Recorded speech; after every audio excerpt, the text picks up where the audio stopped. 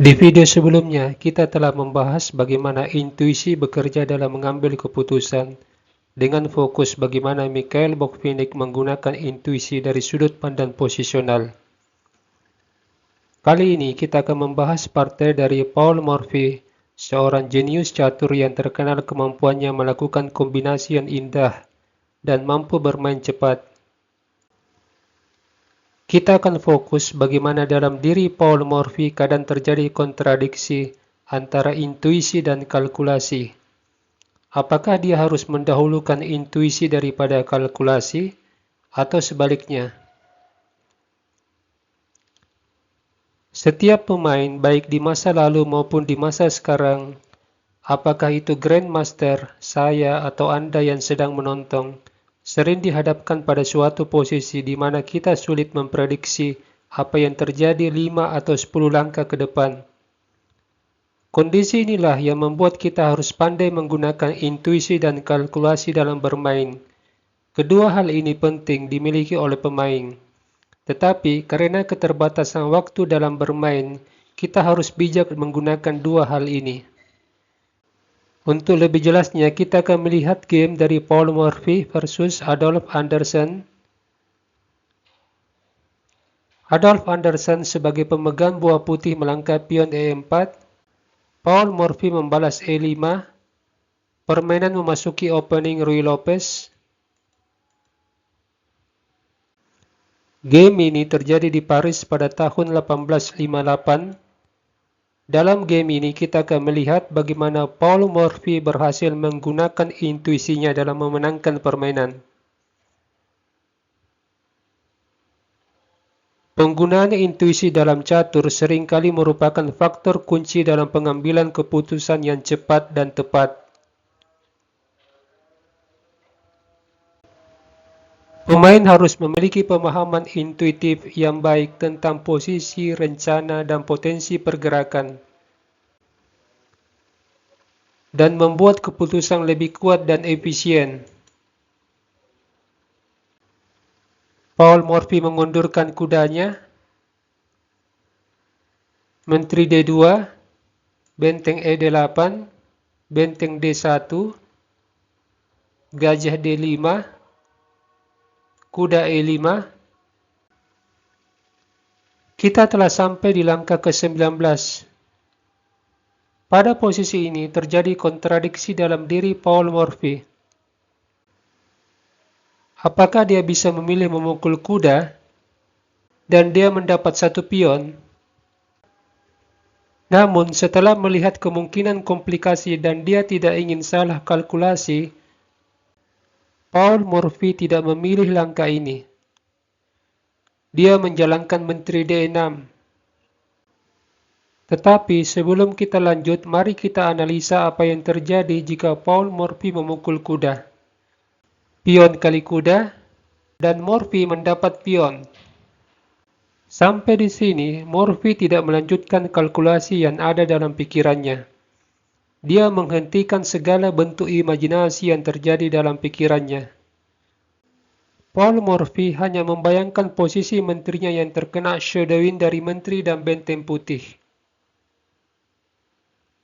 Dia tidak ingin terjebak pada kalkulasi yang rumit. Dan dia tidak ingin lawan menemukan langkah selipan yang justru membawa Paul Morphy pada kekalahan.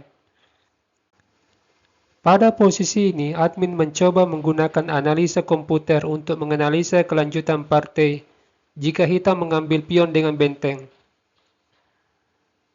Komputer lanjut dengan pertukaran gajah. Pion kali gajah. Sekarang posisi menteri hitam terkena shadowing dari menteri dan benteng. Hal ini membuat gajah tidak bisa bergerak. Putih memanfaatkan dengan gajah A2, menekan posisi gajah. Dan putih bersiap memenangkan satu perwira. Jika hitam lanjut dengan menteri C7, menghindar dari shadowing juga mengincar petak H2 dari kemungkinan ditempati Raja Putih. Dan ini adalah jebakan dari hitam apabila putih terburu-buru mengambil gajah.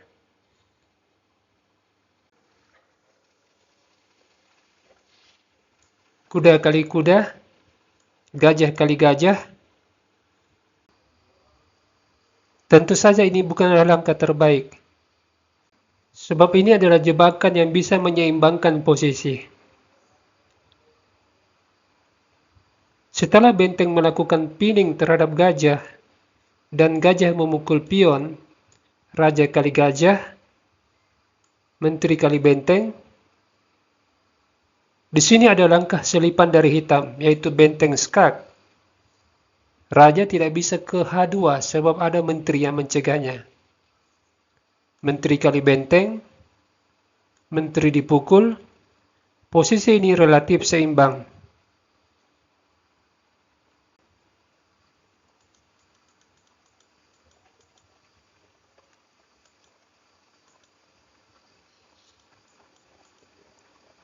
Pada posisi ini, setelah menteri C7, putih memiliki langkah selipan yaitu pion F4.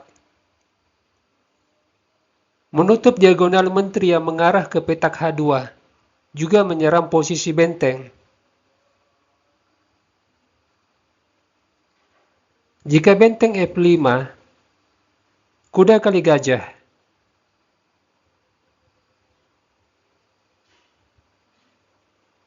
Kuda memukul, gajah kali kuda, benteng D8,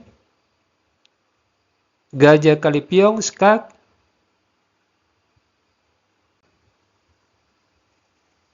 raja kali gajah, menteri kali benteng, menteri ditukar, benteng kali menteri. Putih unggul satu benteng. Atau jika di posisi ini menteri melakukan skak,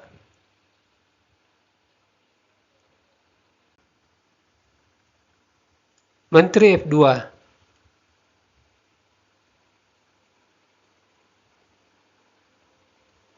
Menteri kali menteri, raja kali menteri, posisi benteng terancam.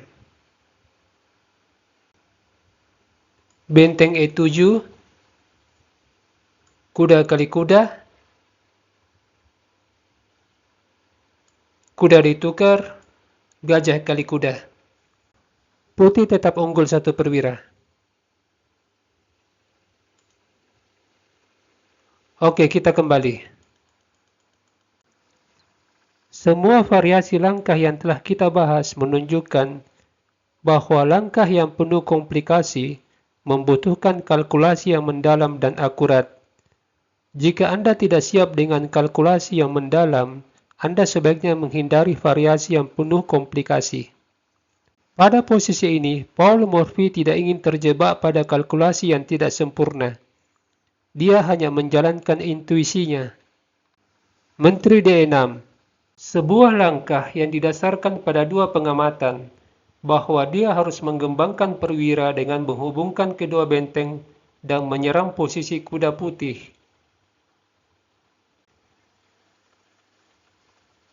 Sekarang permainan memasuki langkah ke-20, dan Anderson terjebak pada ambisi yang ingin menyerang sayap raja dengan menteri C2. Melepaskan penjagaan terhadap pion D4 dan menekan posisi raja di petak H7. Hal ini langsung dimanfaatkan Paul Morphy dengan memukul pion. Gajah kali kuda, gajah dipukul,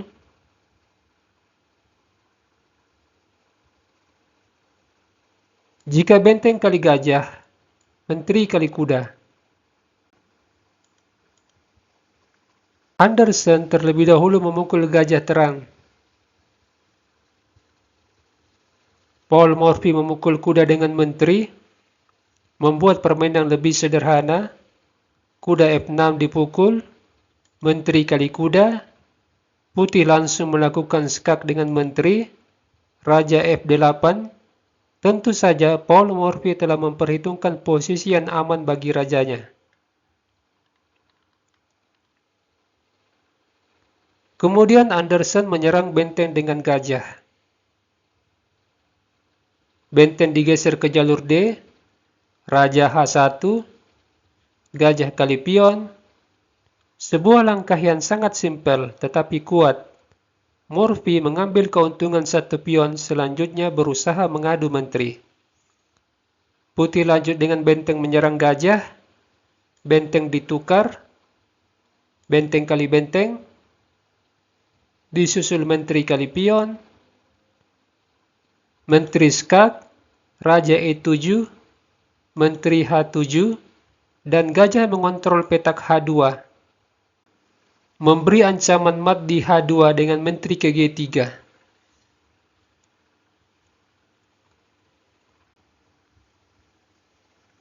Permainan lanjut dengan gajah F3, menteri G3. Putih mengantisipasi ancaman mat dengan menggeser rajanya, dan tanpa banyak kalkulasi, Morphy langsung mengadu menteri, sebab dia unggul 3 pion. Anderson menukar menteri, pion kali menteri, gajah B7,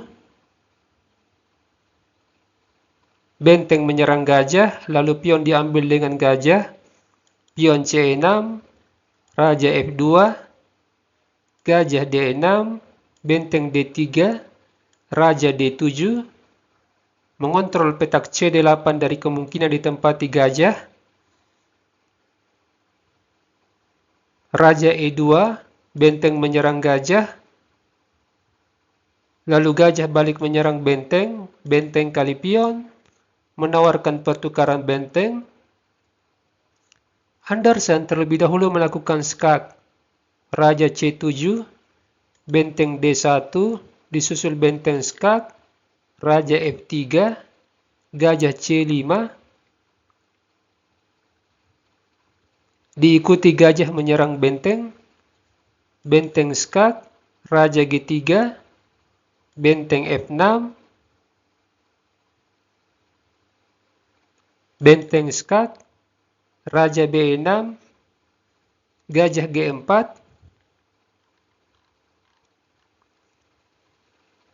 Paul Morphy melangkah gajah D6, melakukan skak sambil memberi jalan bagi pion bebas di jalur C, raja H4, pion C5, gajah F3, pion C4, benteng kali pion, benteng skak, gajah menutup, dan pion bebas di jalur C didorong. Pion menyerang benteng, benteng ditukar dengan gajah. Hal ini membuat putih menyerah, sebab dua pion bebas Paul Morphy sulit dibendung.